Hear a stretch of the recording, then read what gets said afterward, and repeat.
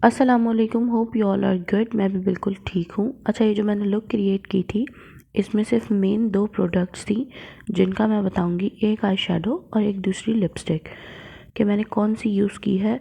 और उसके अलावा जो भी प्रोडक्ट आपके घर पे अवेलेबल है वो आप यूज़ कर सकते हैं, लाइक बेस वगैरह, प्राइमर और कंसीलर। यहाँ पे मैंने मिस रोज़ का प्राइमर लिया था और मैंने प्राइमर लगाने से पहले जो है मॉइस्चराइज़ कर ली थी स्किन और उसके बाद प्राइमर लगाया था। प्राइमर को मैंने थोड़ी क्वांटिटी में लेके इसको अच्छी तरीके से पूरे चेहरे पे मिक्स कर लिया था और मिक्स करने के बाद मैं आती हूँ, फिर आपको नेक्स्ट स्टेप बताती हूँ।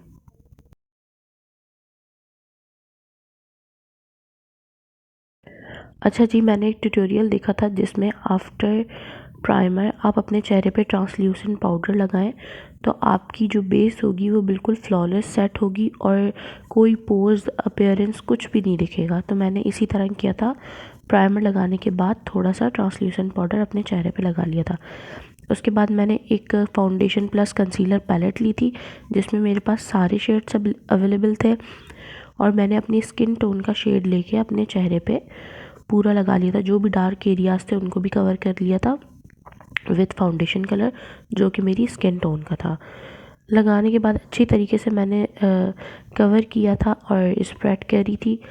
ऐसा नहीं था कि एक ही जगह बहुत सारी प्रोडक्ट लगा ली थी और उसको पूरे चेहरे पे मिक्स किया था, नहीं, थोड़ा थोड़ा पूरे फेस पे लगाया था और उसके बाद उसको मैंने मिक्स किया था।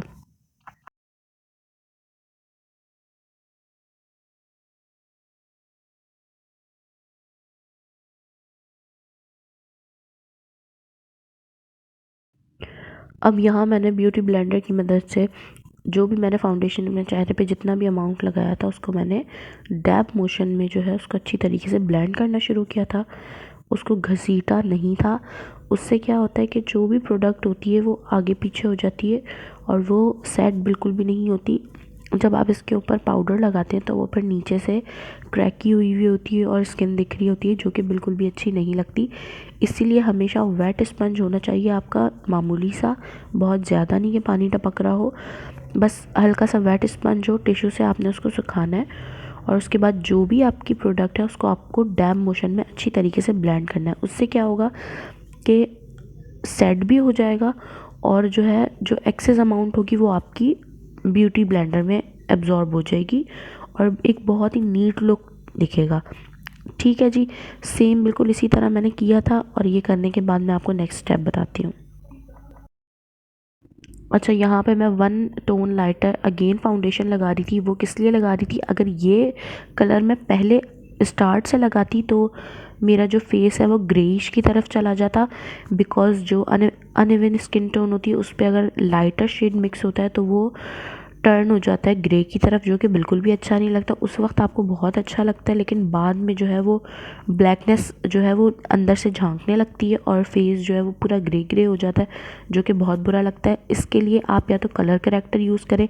मैं अपनी स्किन टोन का कलर जो है एज आ कलर करेक्टर ही यूज़ कर लेती हूँ पहले, ताकि बिल्कुल इवन स्किन हो जाए। उसके बाद मैं लाइटर टोन लगाती हूँ। यहाँ मैंने अगेन ये लगा लिया था और उसके बाद मैं इसको इसी तरीके से डैब मोशन में मैं इसको ब्लेंड किए जा रही थी।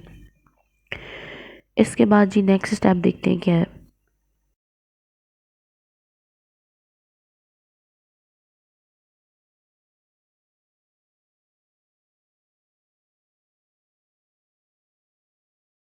अच्छा जी, अब फास्ट फॉरवर्ड में ये ब्लेंड हो गया था। इसके बाद मैंने कंसीलर लिया था, टू टोन लाइटर, और मैंने अपने जो हाईलाइट पार्ट्स थे उनके ऊपर अच्छी तरीके से कंसीलर लगा लिया था, जैसे कि अंडर आई और लिप्स के अराउंड, नोज़ के ऊपर, आईलिड के ऊपर अच्छी तरीके से और फोरहेड के ऊपर मैंने इसको लगा लिया था। अब जी इसको फास्ट फॉरवर्ड पे चलते हैं लेके और ब्लेंड करते हैं, फिर देखते हैं कैसा रिज़ल्ट आ रहा है।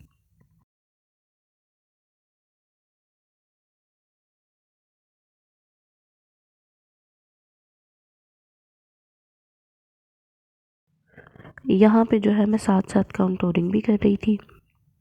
काउंटोरिंग कलर मैंने जो है तकरीबन 3 से 4 टोन डार्कर लगाया था, ताकि जो है अच्छा से फेस जो है काउंटोर हो जाए, बिल्कुल वाइट वाइट ना लगे और एक टोन अप हो जाए फेस।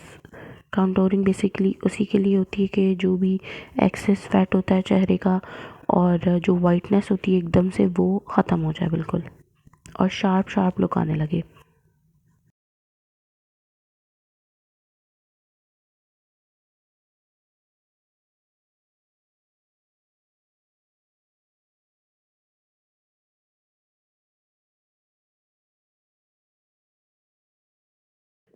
यहाँ पे जो है मैंने वीडियो को फास्ट फॉरवर्ड पे लगा दिया था ताकि आप भी बोर ना हो और आपको वीडियो भी समझ लग जाए कि किस तरीके से इसको हमने ब्लेंड किया था।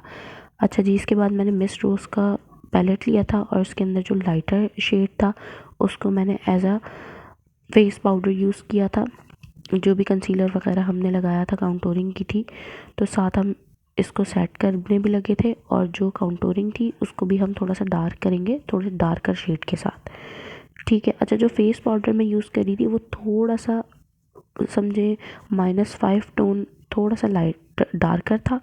डार्कर क्यों था? क्योंकि जो एकदम से सफ़ेद मुंह लग रहा था वो बैलेंस हो जाता।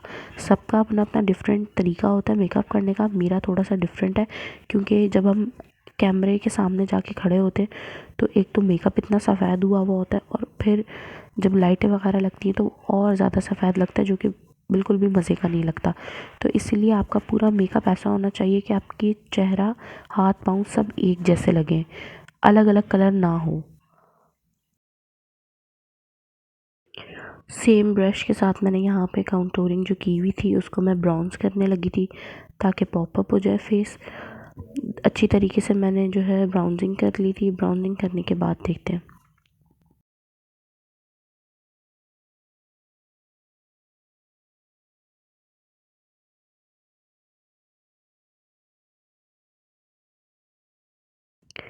अच्छा जी, अब मैंने फेस पाउडर ले लिया था अगेन, और मैं उसको अपने हाईलाइट एरिया पे लगा रही थी। अब लगाने के बाद देखते हैं।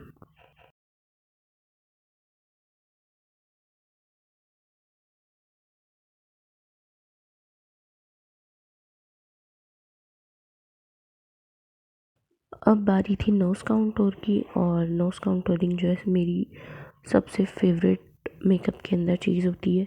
काउंटूरिंग पर्सनली मुझे बहुत पसंद है, और स्टार्टिंग में मुझे बिल्कुल भी नहीं आती थी, लेकिन कर कर के और एक्सपेरिमेंट कर कर के जो है वो फाइनली आ ही गई। अब यहाँ पे मैं अपनी नोज़ काउंटूर करने लगी थी। सबसे पहले मैंने जो है एक लाइन ड्रॉ कर ली थी ताकि जो है मेरी नोज़ शेप हो जाए, डिफ़ाइन होने लगे कि हाँ जी, ये नोज़ की टॉप है, ये ब्रिज है।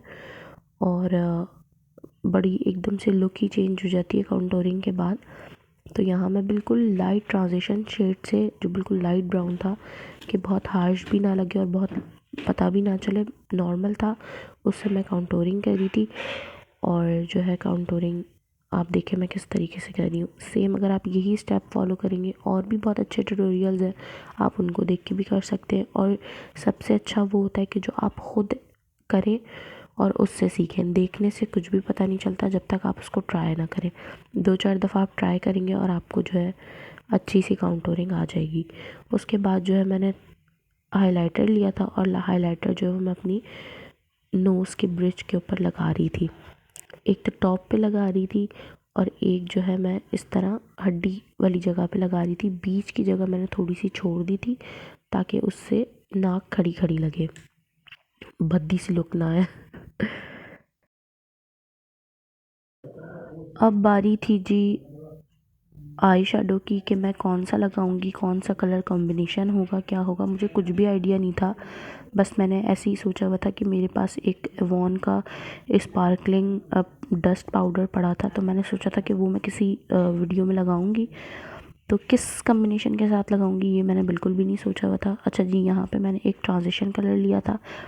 किसी भी पैलेट से आप इसको उठा सकते हैं, ज़रूरी नहीं है कि आपके पास मिस रोज़ ही हो, और भी आप ले सकते हैं, लेकिन लाइटर कलर होना ज़रूरी है जिससे ट्रांजिशन बिल्डअप हो सके। अच्छा जी, इसके बाद मैंने अपने जो है आई पे अच्छी तरीके से जो है एक ट्रांजिशन शेड की मदद से लाइन ड्रॉ कर ली थी। ठीक है जी, दोनों आइज़ पे मैंने इसी तरह कर लिया था ताकि मुझे पता हो कि मेरा नेक्स्ट स्टेप क्या होने वाला है। अब इसी ट्रांजिशन शेड को जो है मैं अपने आउटर कॉर्नर की तरफ स्प्रेड कर रही थी। अगर ये काम मैं शुरू में करती तो ये बिल्कुल अजीब सी लुक आती, क्योंकि जो ब्रश के ऊपर कलर होता है वो एकदम से यहाँ प्लेस हो जाता और लुक बिल्कुल भी अच्छी नहीं आती। एंड में मैं इसको इसलिए स्प्रेड कर रही हूँ ताकि जो कलर पहले से लगा हुआ है सिर्फ वो हल्का हल्का स्प्रेड हो जाए, बहुत हार्श लुक ना आए। अब यहाँ पे मैंने एक फ्लैट ब्रश ले लिया था ताकि मैं कट क्रीज क्रिएट कर सकूँ, और इसके अंदर मुझे अपना कलर पुट करना था। ऐसे नहीं कि मैं डायरेक्ट इसको लगाने लगी थी, जो प्रोफेशनल्स होते हैं वो डायरेक्ट भी लगाते हैं, लेकिन अगर हम पहले से एक लाइन क्रिएट कर लेंगे तो इजी हो जाएगा, हमें पता होगा कि ये हमारी आखिरी हद है और इसके अंदर अंदर हमें कलर जो है वो फिल करना है। अब मैंने जो ये कलर है इसको फिंगर की मदद से अच्छी तरीके से डैब डैब कर लिया था ताकि थोड़ा डार्क पिगमेंट आए एज़ कम्पेयर टू ब्रश। जो भी कलर हम ब्रश से पुट करते हैं उसका पिगमेंट वैसा नहीं आता जैसा फिंगर की मदद से आता है। ठीक है जी, ये मैंने लगा लिया था और इसके बाद बारी थी इन दोनों कलर्स को आपस में मिक्स करने की, ताकि अलग अलग ना लगे, एक साथ आपस में अच्छी तरीके से ये मर्ज हो जाए। और ये मैंने किया था। इसके बाद मैंने लगाया था काजल, और काजल जो है मैंने अपनी वाटर लाइन पे और अंडरनीथ लाइन पे जो है मैंने अच्छी तरीके से काजल लगा लिया था। कोई भी एक कोना नहीं रहा था, बाकी के वाइट पार्ट नज़र आए, बिल्कुल ब्लैक हो गया था। अच्छी तरीके से मैंने लगाया था। इसके बाद देखते हैं।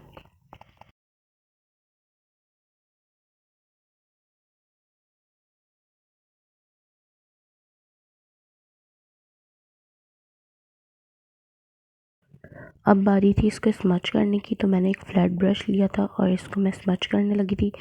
अच्छा, मेरी आइज़ राउंड सी हैं तो मैंने इसको बिल्कुल राउंड शेप में स्मच नहीं किया था, मैंने थोड़ा सा कॉर्नर आउटर कॉर्नर निकाला था बाहर, ताकि आँख जो है वो थोड़ी सी खुली खुली और बड़ी बड़ी लगे।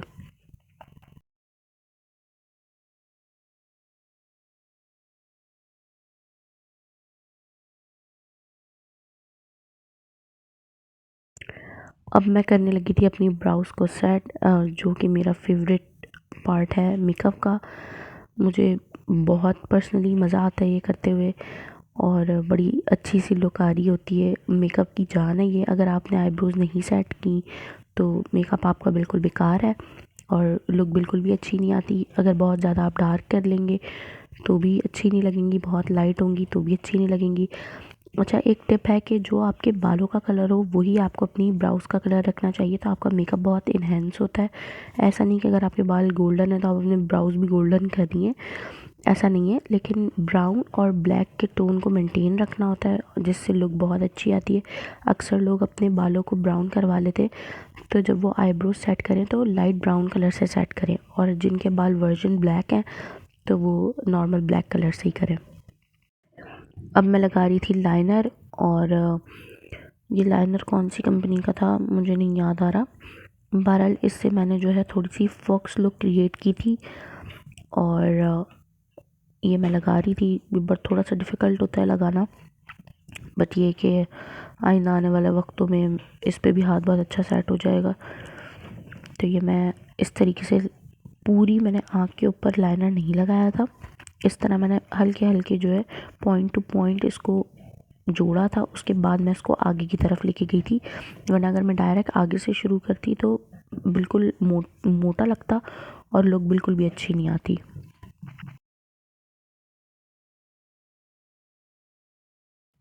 अब साथ मैंने लाइनर के ऊपर बिल्कुल हल्की सी लिक्विड ग्लिटर लगाई थी, जो वीडियो मुझे मिल नहीं रही तो अटैच मैं नहीं कर सकी उसकी वजह से। अब बारी थी ब्लश की, वो बिल्कुल मैंने लाइट सा लगाया था। कोई सा भी आप ब्लश यूज़ कर सकते हैं, जो भी आपको पसंद हो, या टिंट यूज़ कर सकते हैं, वट एवर यू वांट आप अपने चीक्स पे लगा लें। मैं ज़्यादा प्रेफर करती हूँ मेकअप के ऊपर पाउडर को, बिकॉज़ ये अच्छी तरीके से ब्लेंड हो जाता है, टिंट एक ही जगह चिपक जाता है और उसका जो मार्क होता है वो बहुत बुरा लगता है। यहाँ मैं वैसलीन लगा रही थी अपने लिप्स पे, क्योंकि मेकअप लग लग के जो है वो बहुत चैप्ट हो गए थे और बहुत बुरे लग रहे थे। तो मुझे लगानी थी मैट लिपस्टिक, तो इसलिए मैंने जो है पहले से इसको बिल्कुल साफ़ कर लिया था ताकि स्मूथ एप्लीकेशन हो। अच्छा, इसमें मैं यहाँ पे शेड यूज़ करने लगी थी miss rose colour Q1 I think या 01 कुछ इस तरह करके कलर है। मैट लिपस्टिक का थोड़ा सा ब्राउन सा और थोड़ा डार्क सा मज़े का कलर है। क्योंकि जो है बिकॉज़ जो मेरा आई शेडो है वो बहुत माइल्ड है, बहुत हार्श लुक नहीं है, इसलिए जो है लिपस्टिक मैं थोड़ी सी डार्क रखूँगी। ये कॉम्बिनेशन होता है कि अगर आपकी लिपस्टिक डार्क है तो आपका आई शेडो जो है वो माइल्ड होना चाहिए, और अगर आपका आई शेडो जो है वो बहुत ज़्यादा डार्क है तो आपकी लिपस्टिक जो है वो न्यूड की तरफ जानी चाहिए। अच्छा, मैंने जो है इसमें मस्कारा लगा लिया था और इस तरीके से मैं आउटर कॉर्नर बना रही थी, फिलिंग कर रही थी ताकि मुझे इजी हो जाए मैट लिपस्टिक लगाने के लिए। क्योंकि जब हम मैट लिपस्टिक से आउटर कॉर्नर बनाते हैं लिप्स के, तो वो बनाने बनाने में जो है वो आधी सूख जाती है, फिर उसके ऊपर जब डबल कोट होता है तो वहीं से आपकी जो लिपस्टिक होती है उसका बेड़ा गर्क हो जाता है। यहाँ पे जी मैं अटैच कर दूँगी लिप ग्लॉस की पिक्चर, और वो मुझे अभी मिल नहीं रही वीडियो। उसके अलावा जो है यहाँ मैं सेटिंग स्प्रे लगा रही थी, लिपस्टिक मैंने लगा ली थी, मस्कारा मैंने लगा लिया था। 10 मिनट लगे थे, नहीं 5 से 6 मिनट लगे थे इसको कंप्लीट ड्राई होने में, और मैंने हेयर स्ट्रेट कर लिए थे। ये थी जी फाइनल लुक।